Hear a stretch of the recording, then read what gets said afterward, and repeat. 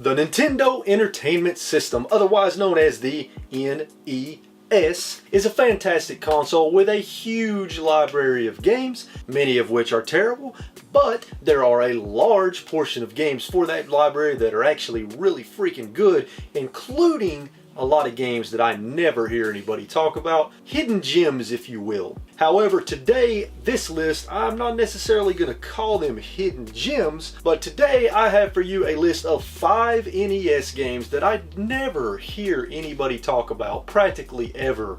Now, you maybe hear people talk about these games, but I pretty much never do. So I want to talk about those 5 games today with you, in case you've never heard of them as well, so that you can check them out because they are all worth checking out. So be sure and hit that subscribe button so that you can join the RetroWolf family. And let's get into these 5 NES games that I almost never hear anybody talk about.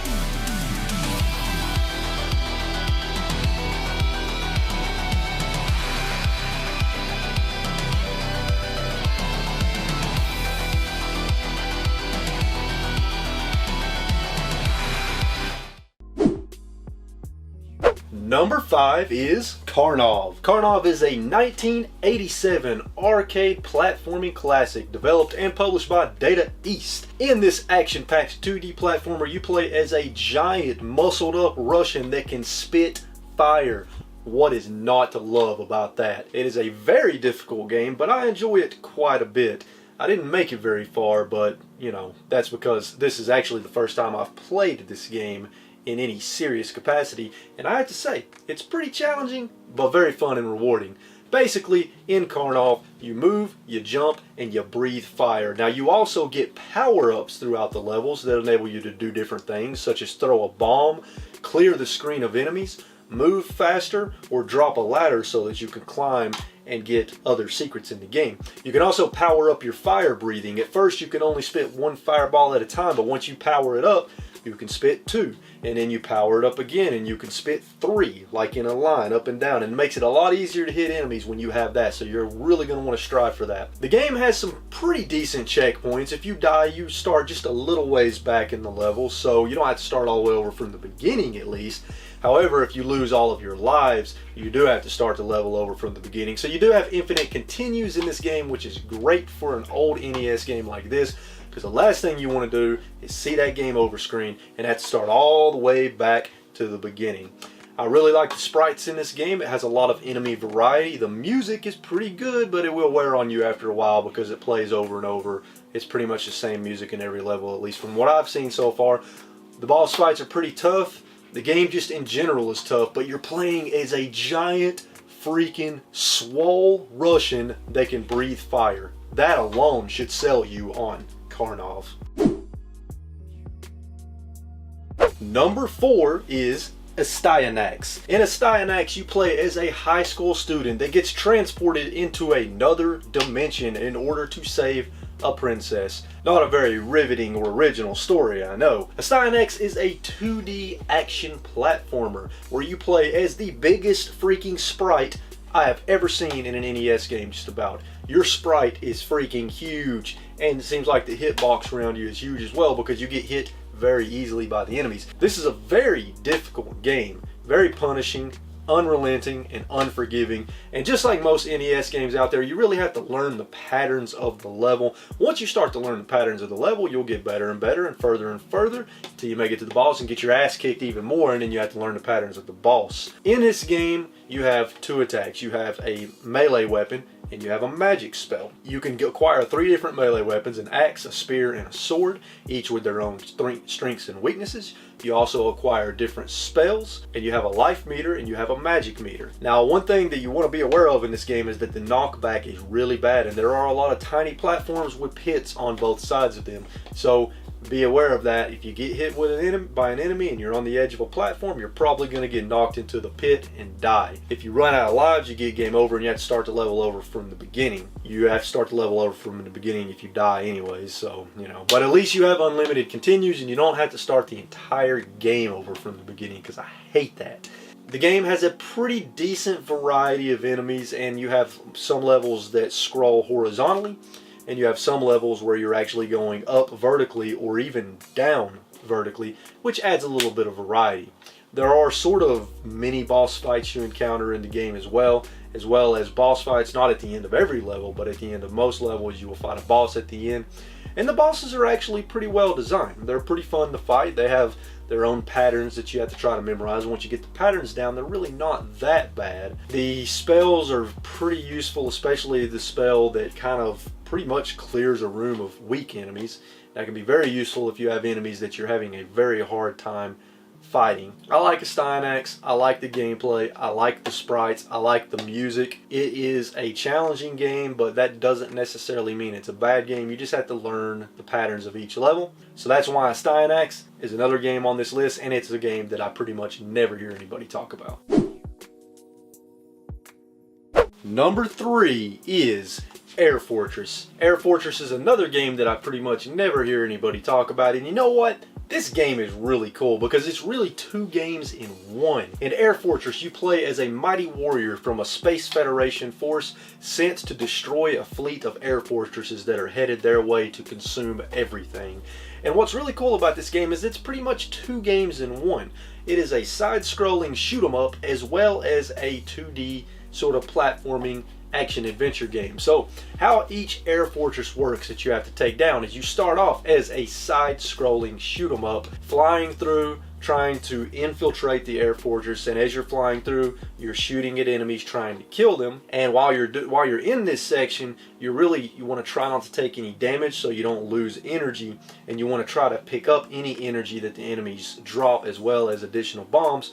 Because when you get into the air fortress itself and it turns into a side-scrolling action-adventure style game, that's when having as much energy as possible and having extra bombs is very important.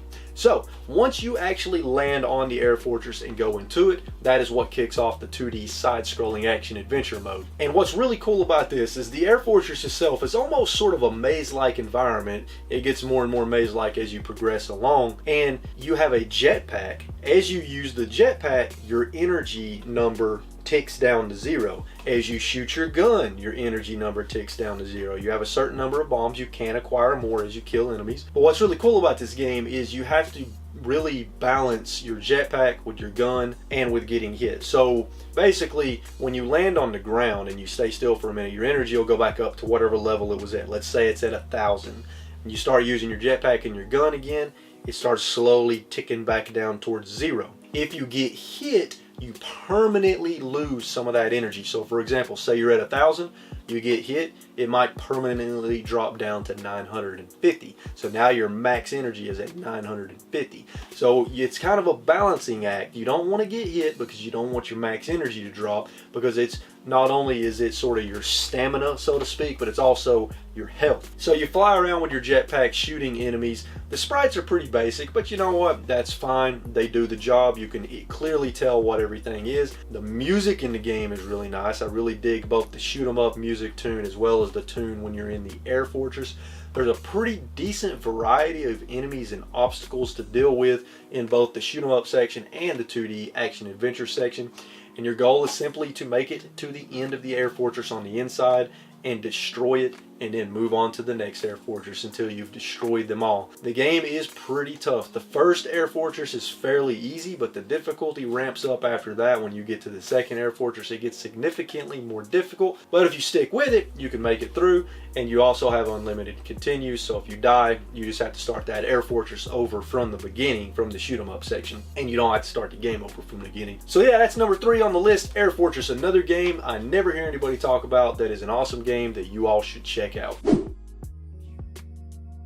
Number 2 on the list is a game that is actually one of my favorite NES games, as well as one of my favorite Game Boy Color games for the sort of remake, and that is Crystalis. Developed and published by SNK, and I don't know why I never hear anybody talk about this game. Now I know this game is fairly well known, but I still hardly ever hear people talk about this, and this game is an absolute gem, an absolute classic. If I had to compare this game to anything, I would call it a cross between, well, let's just say this. Let's just say The Legend of Zelda on the NES And Secret of Mana on the Super Nintendo made sweet, sweet love and then had a baby. The baby would be this cartridge right here, Crystalis. It is sort of a cross between The Legend of Zelda and Secret of Mana. It is a action-adventure RPG from a top-down perspective, and you take on the role of a young magician in a post-apocalyptic world as you fight against a tyrannical empire that is a threat to humanity. In this game, you acquire different elemental swords, which you use for both combat and puzzle solving. You also acquire spells that you can use for combat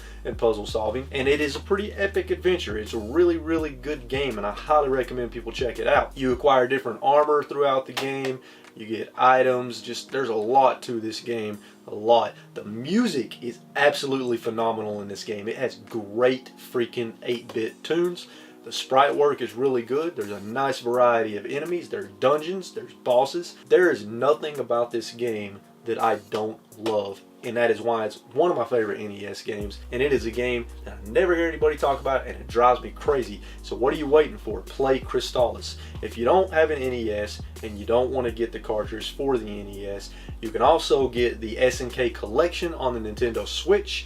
I'm not sure if that released on other consoles or not. If it did, let me know in the comments down below. At any rate, you can play this game on that collection, and I think that collection has save states and stuff like that. So that's another avenue for playing this amazing gem of a game.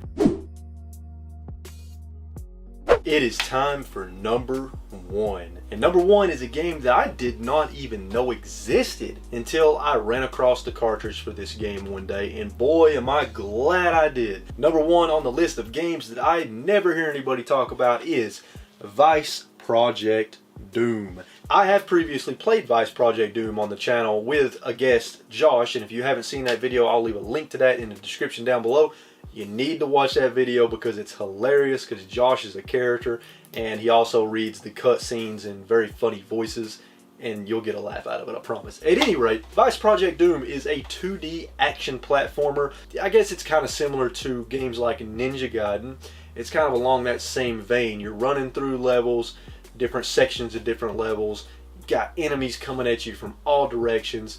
In this game, its gameplay is very contained. So what I mean by that is throughout the game you have 3 different weapons. You have a sword, you have a gun, and you have grenades you can throw. Now the sword you will always have. The gun and the grenades you have ammo for, which you easily acquire throughout the levels by defeating enemies. The gun has sort of a mid-range to it, where the sword is a short range, and the grenades you'll have the longest range. So you can kind of really use each weapon's range to your advantage within each level to take out the enemies. There are a ton of different enemy types in this game, a huge variety of enemies that you're going to run across. Some of them will piss you off, like that freaking bird. Man, that bird pisses me off. The game is pretty difficult, but it's not as difficult as a lot of the other games that have been on the list today. It's manageable. You have infinite continues. If you lose all your lives, you'll start over from, not even from the beginning of the level. You'll actually start over from a previous major section in the level. So it actually has pretty forgiving checkpoints. Each level ends, well, almost every level ends in a boss fight. Now, here's another thing that's really cool about this game. This game actually has other gameplay styles in it as well, besides 2D action platformer. For example, the first level of the game, you're actually driving a car kind of like Spy Hunter on the NES, shooting other cars and enemies as they come down on you as you're speeding through this highway. And then later on, you're randomly thrown into sort of a light gun game where you use the controller to aim a reticule around the screen and shoot enemies and throw grenades at enemies. So there's some pretty decent variety in the gameplay in this game. The cutscenes are very entertaining. The dialogue is very entertaining. The graphics and sprite work is just incredible in this game. The music is incredible. This is one of the best NES games I've ever played. It's definitely up there, and I don't know why I never hear anybody talk about this game, because it's freaking fantastic, and everybody out there needs to play this game. Vice Project Doom, number one on the list. Check it out. So there you have it, folks. 5 NES games that I pretty much never hear anybody talk about. You could call them hidden gems. Let's do a quick recap of those games. We have Karnov, Astyanax, Air Fortress, Crystalis, and last but certainly not least, Vice Project Doom. If you enjoyed this video, please be sure and smash that like button. Let me know in the comments down below if you've played any of these games and what you think about these games. Also, let me know in the comments down below what games you never hear anybody talk about, what games on the NES you consider to be hidden gems. As always, if you're not subscribed to the channel, hit that subscribe button, hit that bell for notifications, join the RetroWolf family, and I will see you all in the next video. Until next time, keep playing games and having a good time. I'm probably going to go play Crystalis and Vice Project Doom a little bit more because those games are incredible. Later.